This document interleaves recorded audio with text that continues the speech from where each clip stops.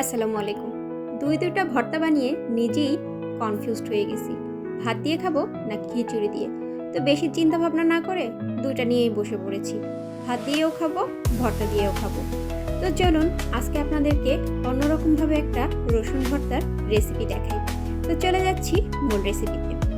এখানে আমি কিছু দেশি রসুন এবং কিছুটা বড় রসুন খোসা ছাড়িয়ে ভালোভাবে ধুয়ে পানি ঝরিয়ে নিয়েছি। এরপরে সরিষা তেলের ভিতরে এগুলোকে লাল লাল করে ভেজে তুলে নিয়েছি। ওই তেলের ভিতরেই আমি দিয়ে দিয়েছি পেঁয়াজগুলোকেও একটু ভাজা ভাজা করে নিয়েছি।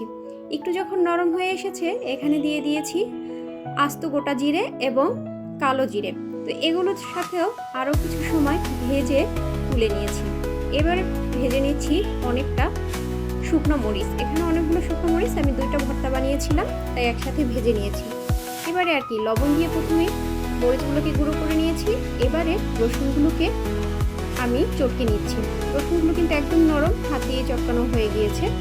তো দিয়ে দিলাম অনেকটা আবার কাঁচা পেঁয়াজগুলোকেও খুব ভালোভাবে চটকে নিয়ে সব কিছু এবারে একসাথে ভালোভাবে মেখে নিয়েছি। এবারে দিয়ে দিলাম বিট লবণ আর দিলাম লেবুর রস।